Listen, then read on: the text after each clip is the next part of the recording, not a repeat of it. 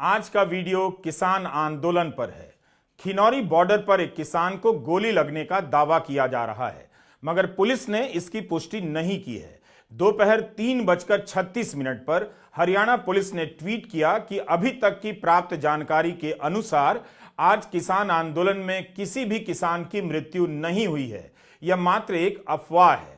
Police ने इतना ही लिखा है कि दाता सिंह खनौरी बॉर्डर पर 2 पुलिसकर्मियों तथा एक प्रदर्शनकारी के घायल होने की सूचना है, जो उपचाराधीन है। लेकिन हिंदुस्तान टाइम्स के संवाददाता करम प्रकाश ने अपनी रिपोर्ट में लिखा है कि पटियाला गवर्नमेंट हॉस्पिटल के डॉक्टरों ने इसकी पुष्टि कर दी है कि 24 साल के शुभकरण सिंह की मौत हो गई है।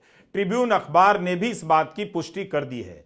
इस अस्पताल में गोली लगने से 3 घायलों को भर्ती कराया गया है, जहां एक को मृत घोषित कर दिया गया। हमने जब इस वीडियो को रिकॉर्ड किया तब तक सारी सूचनाएं नहीं आ सकी थीं। हमारे पास न्यूज चैनल की सुविधा नहीं है कि हम पल पल की जानकारी इस वीडियो में शामिल कर सकें, इसलिए ऐसी खबरों के लिए थोड़ा और इंतजार करना आप दर्शकों के लिए बेहतर रहेगा। जिस तरह से इंटरनेट बंद किया गया है, रिपोर्टर के लिए भी एक साथ एक समय में सारी खबरों की पुष्टि संभव नहीं है। शंभू बॉर्डर की तरह खिनौरी बॉर्डर पर भी किसानों का भारी संख्या में जमावड़ा है। यहां भी आंसू गैस के गोले धुआंधार छोड़े गए हैं। दिन भर अफरा तफरी का माहौल रहा। यह साफ नहीं है कि पैलेट गन से गोली लगी है या आम बंदूक की गोली, मगर किसानों ने गोलियों के 2 खोखे दिखाकर दावा किया कि उन पर गोलियां चलाई गई हैं। किसान नेता बलदेव सिंह सिरसा ने गोली लगने का दावा किया है। भारतीय किसान यूनियन मालवा ने कहा है कि शुभकरण सिंह की मौत हो गई। बताया गया है कि शुभकरण सिंह 20-21 साल का नौजवान है, बठिंडा का रहने वाला है। यह शंभू बॉर्डर की हालत है। आप वीडियो में देख सकते हैं, आसमान आंसू गैस के धुओं से भर गया है। जिस तरह यहां आंसू गैस के गोले बरसाए गए, लग रहा था कि युद्ध का मैदान है। यहां किसानों ने खुद को बचाने के लिए मास्क से चेहरे को ढक लिया था, मगर सभी के पास इस तरह के मास्क नहीं थे। खिनौरी और शंभू बॉर्डर पर किसान भारी संख्या में जमा नजर आए। हरियाणा पुलिस ने भी अपनी तरफ से पूरा बंदोबस्त किया था। आज ही यहां से दिल्ली कूच का ऐलान किया गया, लेकिन जिस तरह से इस जगह की घेराबंदी की गई है, लगता नहीं कि किसानों के लिए दिल्ली तक पहुंचना संभव हो पाएगा। यहां आप देख सकते हैं कि हरियाणा की तरफ से सीमाएं सील कर दी गई हैं। बड़ी संख्या में सुरक्षा बलों की तैनाती है। किसानों की तरफ से बड़ी संख्या में सीमेंट की बोरियां लाई गई हैं, ताकि वे भी अपना बचाव कर सकें। शंभू बॉर्डर से खबरें आ रही थी कि नौजवान बैरिकेड तोड़कर दिल्ली की तरफ बढ़ने की कोशिश करेंगे, मगर ऐसी कोई भी कोशिश हिंसा और टकराव की स्थिति पैदा कर सकती है। हम फिर से याद दिला दें कि हम न्यूज चैनल नहीं हैं। इस रिपोर्ट में आज की कई प्रमुख घटनाओं को कवर तो किया गया है, मगर पल पल बदलती खबरें इसमें नहीं है। हरियाणा पुलिस के सब इंस्पेक्टर विजय कुमार की तबीयत खराब होने से मौत की खबर आई है। विजय कुमार टोहना बॉर्डर पर तैनात थे। किसान नेताओं ने अपनी प्रेस कॉन्फ्रेंस में कहा है कि हम शांति से दिल्ली जाना चाहते हैं। हम चाहते हैं कि सरकार रास्ता दे दे, लेकिन जिस तरह से पिछले 1 सप्ताह से चारों तरफ के रास्तों को सील कर दिया गया है, किसानों के लिए दिल्ली पहुंचना आसान नहीं। हम इस पर भी बात करेंगे, लेकिन पहले उन शब्दों की बात जिन्हें पत्रकार ऊपर से आंसू गैस के गोले की तरह किसानों पर बरसा रहे हैं। किसानों ने नौजवानों से अपील की है कि हर हाल में धीरज रखना है और हिंसक नहीं होना है। रोकें लगाई हुई है, उससे आगे कृपया कोई भी साथी अपने आप ना बढ़े, ताकि शांति बनी रहे, किसी भी तरह का कोई नुकसान ना हो पाए। देखिए, इधर भी हमारा किसान है, उधर भी जो जवान है नजर आ रहा है, वो ऐसा लग रहा है कि जैसे हम महसूस करें कि वो हमारा दुश्मन हो। दुश्मन नहीं है, वो भी किसी किसान या मजदूर का बच्चा है, किसी अडानी का बच्चा नहीं है, ना ही वो किसी पॉलिटिकल नेता का बच्चा है। वो सब के सब किसान, मजदूर और गरीब लोगों के बच्चे हैं। उनकी मजबूरियां हो सकती हैं, लेकिन हमें इस माहौल को शांत रखने के लिए हमारी जिम्मेदारी ज्यादा बनती है। हम आज के इस वीडियो में किसान आंदोलन और किसान नेताओं की प्रेस कॉन्फ्रेंस पर बात करना चाहेंगे, लेकिन पहले हम बात उन शब्दों की करना चाहते हैं जिसके जरिए गोदी मीडिया किसान आंदोलन को रिपोर्ट कर रहा है। ऐसा लगता है कि भारत के मीडिया ने टैंक ज्यादा देखे हैं, ट्रैक्टर नहीं देखे हैं। जैसे ही वे ट्रैक्टर में जोड़ तोड़ कर कुछ भी बदलाव देखते हैं, उन्हें ट्रैक्टर टैंक नजर आने लगता है। आज जब ऐलान हुआ कि शंभू बॉर्डर से दिल्ली की तरफ किसान कूच करेंगे तो मीडिया की हेडलाइन में एक शब्द उछलने लगा, मेकशिफ्ट टैंक। आप देखिए कि कैसे मीडिया इन नए नए शब्दों के जरिए आपके भीतर के नागरिक बोध को खत्म कर रहा है। इस वीडियो को पूरा देखिएगा, सोचिए कि यह मेकशिफ्ट टैंक क्या होता है। क्या बिना गोला बारूद दागने की क्षमता के कोई भी वाहन टैंक या मेकशिफ्ट टैंक हो सकता है? मीडिया को ट्रैक्टर में ऐसा क्या दिखाई देता है कि उसकी तुलना वह युद्ध के हथियारों से करने लग जाता है? किसानों ने दिल्ली कूच का इस्तेमाल किया तो उनके ट्रैक्टर से लेकर जेसीबी मशीन को मेकशिफ्ट टैंक लिखा जाने लगा। ये चंद हेडलाइनें हैं। दिल्ली में घुसने के लिए किसानों ने बना लिया अपना टैंक, जरा पुलिस से भिड़ने की तैयारी देखिए। मेकशिफ्ट टैंक, पोकलेन मशीन और आयरन शीटें, दिल्ली मार्च के लिए किसानों ने बनाया ये प्लान। दिल्ली में घुसने के लिए किसानों की है पूरी तैयारी, अपने साथ लेकर आए हैं टैंक, बैरिकेड्स तोड़ने के लिए कई मशीनें भी साथ। मेकशिफ्ट टैंक का इस्तेमाल किया जा रहा है। क्या मेकशिफ्ट फाइटर प्लेन हो सकता है? क्या मेकशिफ्ट सेना हो सकती है? मेकशिफ्ट AK-47 हो सकता है? ट्रैक्टर या जेसीबी मशीन को मेकशिफ्ट टैंक क्यों कहा जा रहा है? उसमें टैंक की कौन सी खूबी है, कौन सी क्षमता है? क्या जो काम टैंक करता है उसका 10%, 1% काम भी किसानों के ट्रैक्टर और पोकलेन मशीन से किया जा सकता है?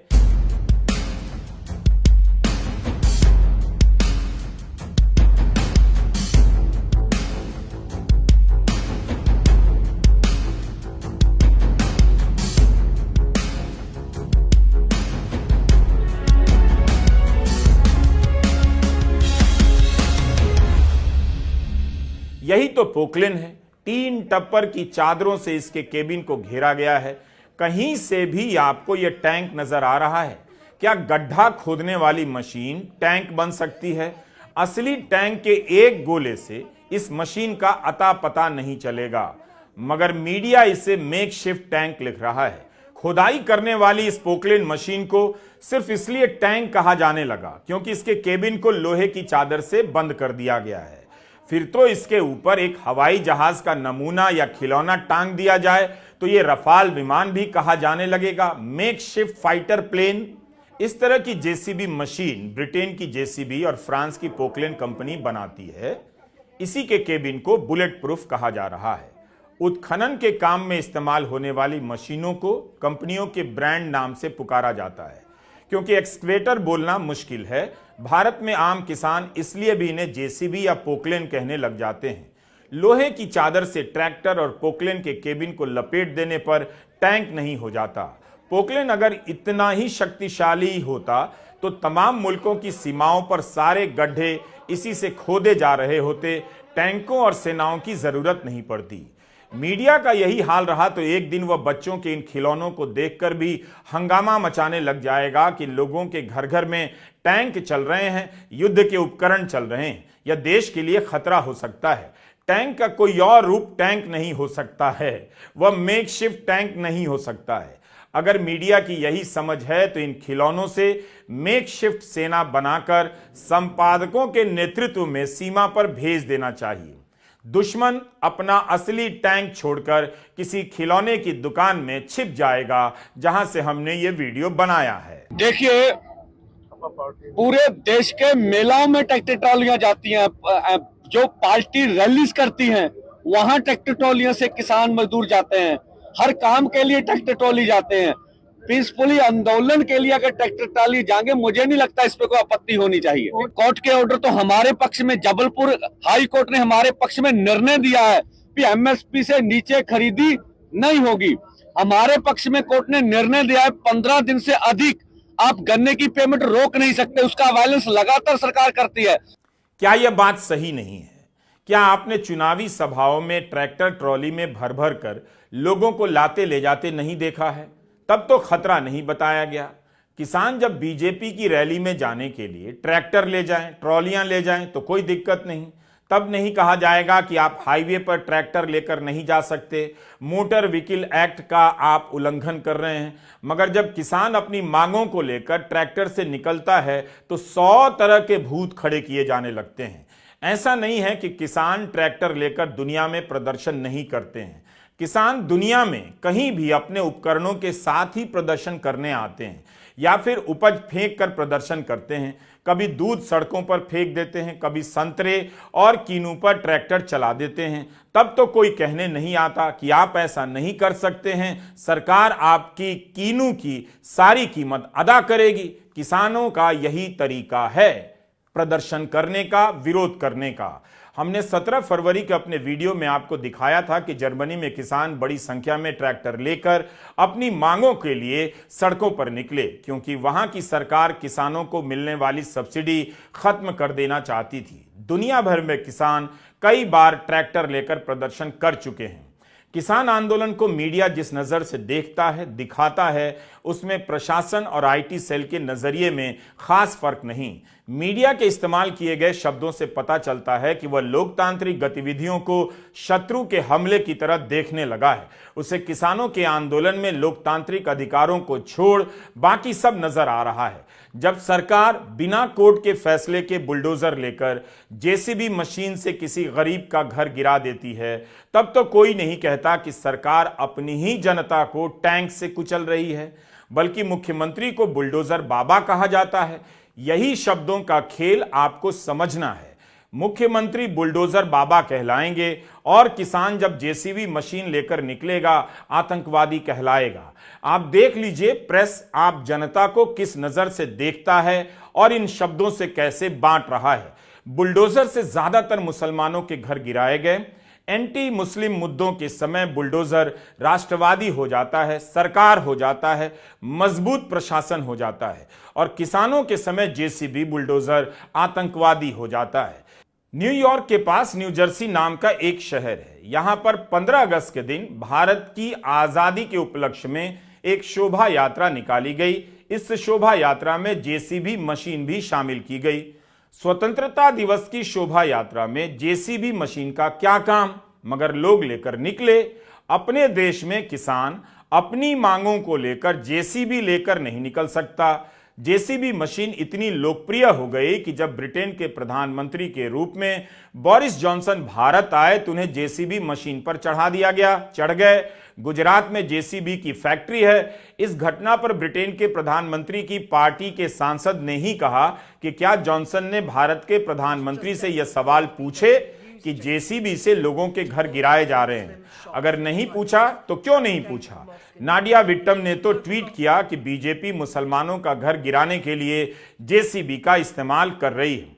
अब आप लिंक जोड़िए, किसानों को क्या कहा जा रहा है, उनके उपकरणों को क्या क्या कहा जा रहा है। अगर आप सरकार की किसी नीति का विरोध करें तो मीडिया उसी तरह के शब्दों का इस्तेमाल करता है जिन शब्दों का वह मुसलमानों के लिए करता है, एंटी मुस्लिम डिबेट के लिए करता है।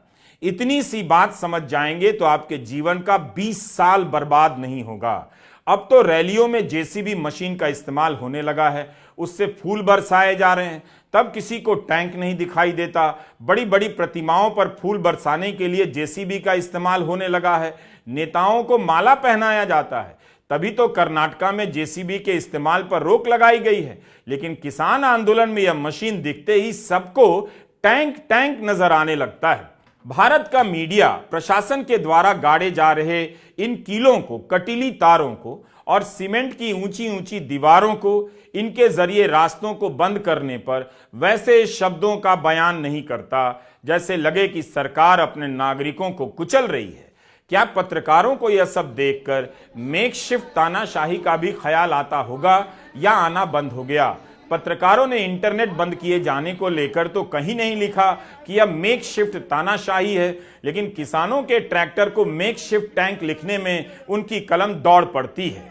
किसानों की तरफ इन्हें टैंक दिख रहा है, मगर ड्रोन से एक राज्य की पुलिस दूसरे राज्य की सीमा में किसानों पर आंसू गैस के गोले गिरा रही है। उसे किन शब्दों से देखा और लिखा जा रहा है आप नोट कीजिए। आंसू गैस से बचने के लिए किसान बोरियां लेकर आए हैं। इसे तो किसी पत्रकार ने मेकशिफ्ट बुलेट प्रूफ नहीं लिखा, कंधे पर बोरी टांग कर चल रहे हैं। कोई लिख देता कि यह मेकशिफ्ट बुलेट प्रूफ है। जब मेकशिफ्ट टैंक हो सकता है तो मेकशिफ्ट बुलेट प्रूफ क्यों नहीं हो सकता? आंसू गैस के गोले से बचने के लिए किसी ने चश्मा लगा लिया, मास्क लगा लिया, तो मीडिया को शत्रु सैनिक नजर आने लगा।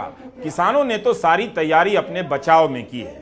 किसान नेता अपने भाषण में इस बात का ध्यान रख रहे हैं कि किसी भी तरह से आक्रामक ना लगे, उकसाने वाली बात ना कही जाए।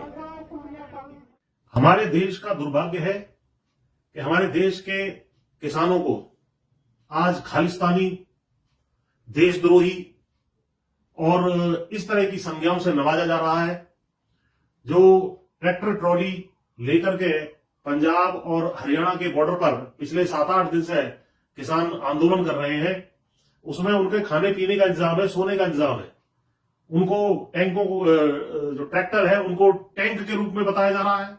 ऐसा लग रहा है जैसे चीन और हिंदुस्तान के बॉर्डर या पाकिस्तान और हिंदुस्तान के बॉर्डर की एक सीमा रेखा उनके बीच में है और नो मैन्स लैंड, और एक तरीके से जो आंसू गैस के गोले उनके ऊपर छोड़े जा रहे हैं, शेलिंग जैसे शब्द इस्तेमाल किए जा रहे हैं, ड्रोन से हमले किए जा रहे हैं।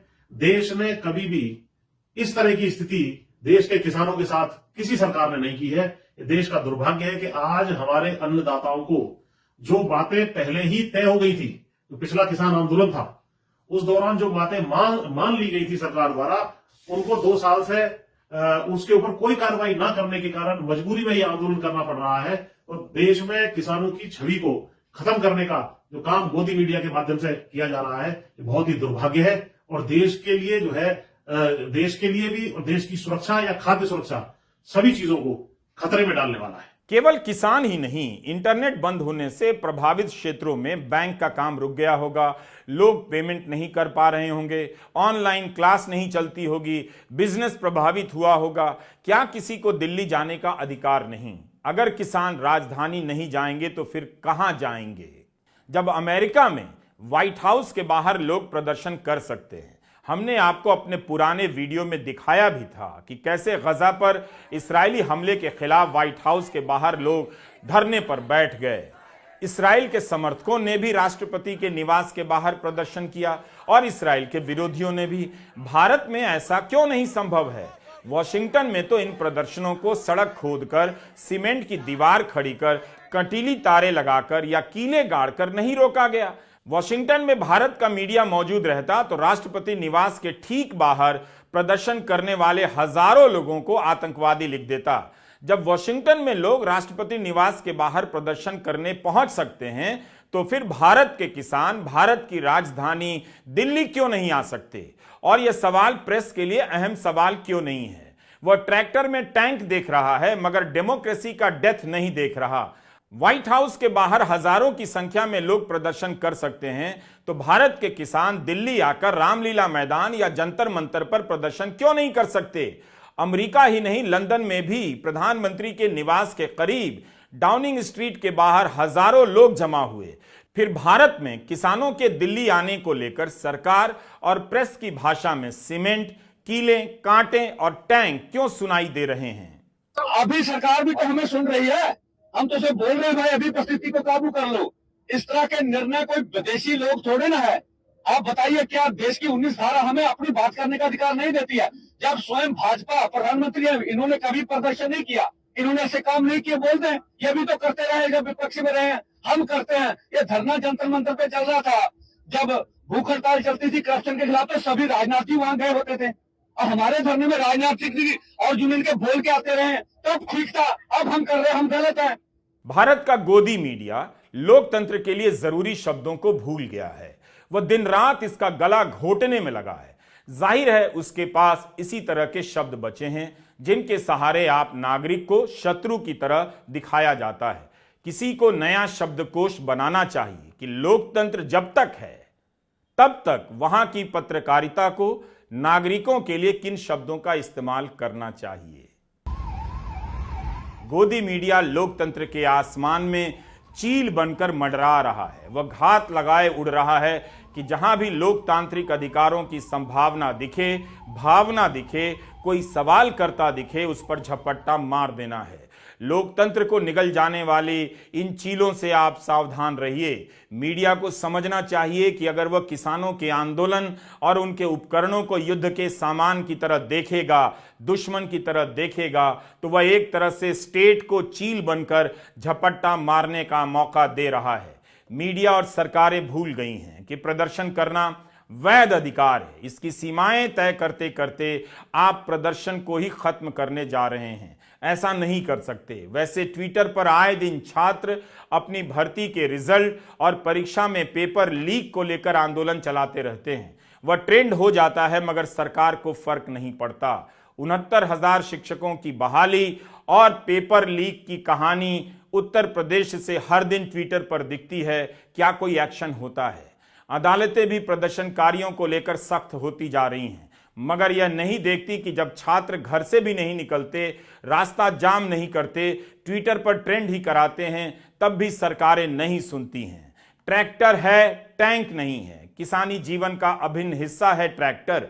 वह दिन रात इसी के साथ जीता है तो इसकी ट्रॉली को अपने घर की तरफ बना लेता है। उसके पास हुनर है तो बारिश धूप से बचने के लिए छतरियां जोड़ लेता है। इस हुनर से भारत की सड़कों पर ना जाने कितनी गाड़ियां दौड़ रही हैं। चूंकि यह किसान है, सरकार को उसके किए गए वादों की याद दिला रहे हैं, तो ट्रैक्टर टैंक बताया जा रहा है। अगर ट्रैक्टर के टैंक बन जाने की जरा भी संभावना होती तो केंद्र सरकार ट्रैक्टर और अन्य कृषि उपकरणों पर सब्सिडी नहीं देती। सरकार तो दावे करती है कि 16 लाख ऐसी मशीनें बांटी गई हैं और 20,000 से ज्यादा फार्म मशीनरी बैंक बनाए गए हैं। इसी 2 फरवरी को पीआईबी ने प्रेस रिलीज जारी की है कि इस काम के लिए राज्यों को 6,500 करोड़ से अधिक की राशि दी गई है। हमारी मंशा इसी तरह का भी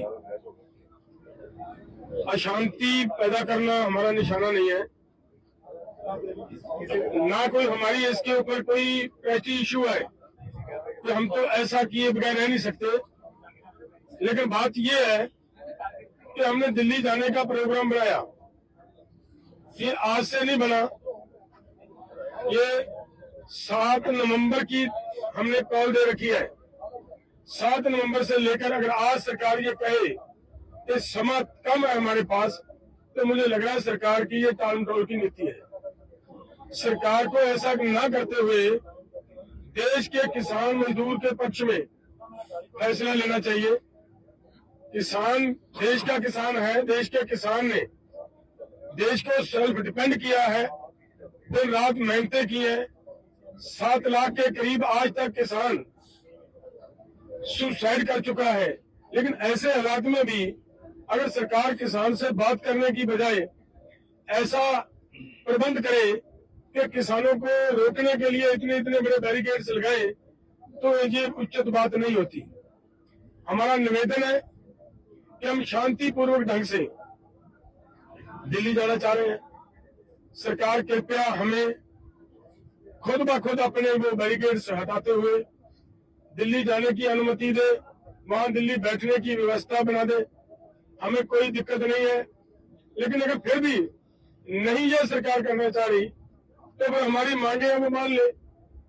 हमारे देश के प्रधानमंत्री जी हैं, हमारी सरकार जो वहां दिल्ली में बैठकर बड़े बड़े फैसले लेती है हमारे हम देश पूरे देश के लोगों के लिए, वो आज अपने किसानों के लिए एक बयान नहीं दे सकते कि भाई किसानों का हम ये मामला उनके फसलों की खरीदी का गारंटी का कानून बनाने के लिए तैयार है, बनाते हैं, तो किसान भी शांत रहे। हम शांत हैं, किसानों को शांत करने की किसी की जरूरत नहीं है। किसान पहले से पूरी तरह शांत है।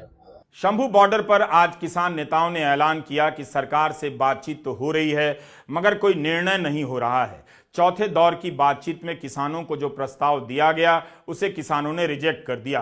अगर सरकार 5 फसलों की खरीद पर 5 साल के लिए गारंटी दे सकती है, तब फिर सभी 23 फसलों पर लीगल गारंटी देने में उसे क्या दिक्कत है? यही नहीं, किसानों ने कहा कि इसमें भी एक झोल है। जैसे कोई नया किसान कपास की खेती करेगा तो उसके ही कपास की खरीद की गारंटी दी जाएगी। इससे तो कपास की खेती करने वाले पुराने किसानों को कोई लाभ नहीं होगा। 1.5-2 लाख करोड़ रुपया ज्यादा बड़ी रकम नहीं है। इसके ऊपर 60% किसान निर्भर कर रहे हैं।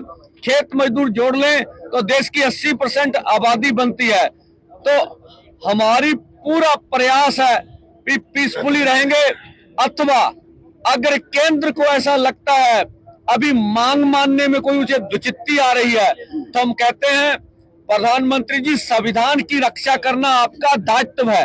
आप संविधान की रक्षा कीजिए, हमें पीसफुली प्रोटेस्ट करने के लिए ये नाका खोल के दिल्ली जाने का इजाजत दे दीजिए। ये संविधान हैक का देश के किसान मजदूर का, इससे गतिरोध खत्म हो जाएगा।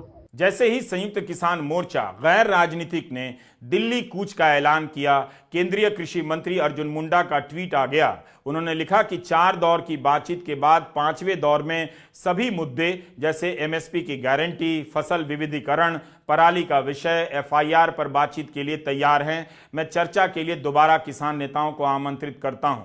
नवंबर 2020 से लेकर नवंबर 2021 के दौरान पहले चरण के आंदोलन में कई किसान नेताओं के खिलाफ एफआईआर की गई थी। किसान तब से एफआईआर वापसी की मांग कर रहे हैं। अगर एमएसपी का मामला जटिल है तो एफआईआर वापस लेने में क्या दिक्कत है? यह काम तो अभी तक हो जाना चाहिए था। पिछले साल नवंबर की यह खबर देखिए। हरियाणा के मुख्यमंत्री मनोहर लाल खट्टर ने ऐलान किया है कि कोविड के दौरान नियमों के उल्लंघन के मामले में जितनी भी एफआईआर की गई थी उन्हें वापस ले लिया जाएगा। मुख्यमंत्री ने तब बताया कि कोविड के समय जो नियम बनाए गए थे उन्हें तोड़ने के अपराध में 14,000 से अधिक लोगों को गिरफ्तार किया गया था और 8,275 एफआईआर की गई थीं। इन सभी को वापस लिया जाएगा। मुख्यमंत्री ने यह भी कहा था कि सरकार इस मामले को कोर्ट में उठाएगी। यह भी इसी 9 फरवरी की खबर है, अमर उजाला में छपी है। हरियाणा सरकार जाट आंदोलन में हुई हिंसा को लेकर 400 से अधिक एफआईआर वापस लेना चाहती है। हाईकोर्ट में अर्जी लेकर गई है, जबकि एमिकस क्यूरी ने विरोध किया है कि प्रकाश सिंह कमेटी की रिपोर्ट ने इनमें से 129 एफआईआर को बेहद गंभीर माना है। इन्हें वापस कैसे लिया जा सकता है? न जाने ऐसे कितने ही उदाहरण दिए जा सकते हैं एफआईआर वापसी के। तो किसान आंदोलन की इस मांग को अभी तक क्यों नहीं पूरा किया गया? एमएसपी को लेकर जो कमेटी बनाई गई उसकी बैठकें होती रहीं, अभी तक उसकी रिपोर्ट का पता क्यों नहीं है? जाहिर है केंद्र सरकार ने समय रहते किसानों की मांग पर पहल नहीं की, ध्यान नहीं दिया, अपने वादों को पूरा नहीं किया। संयुक्त किसान मोर्चा का आंदोलन 1 साल चला। अगर उनके नेताओं से समस्या थी तो संयुक्त किसान मोर्चा गैर राजनीति में नए नेता थे, नए लोग थे, उनके साथ नए सिरे से रास्ता निकाला जा सकता था, मगर नहीं निकला। इसकी जगह पर किसानों को खालिस्तानी कहा जा रहा है और ट्रैक्टर को टैंक बताया जा रहा है। यही वक्त है आपके सावधान हो जाने का।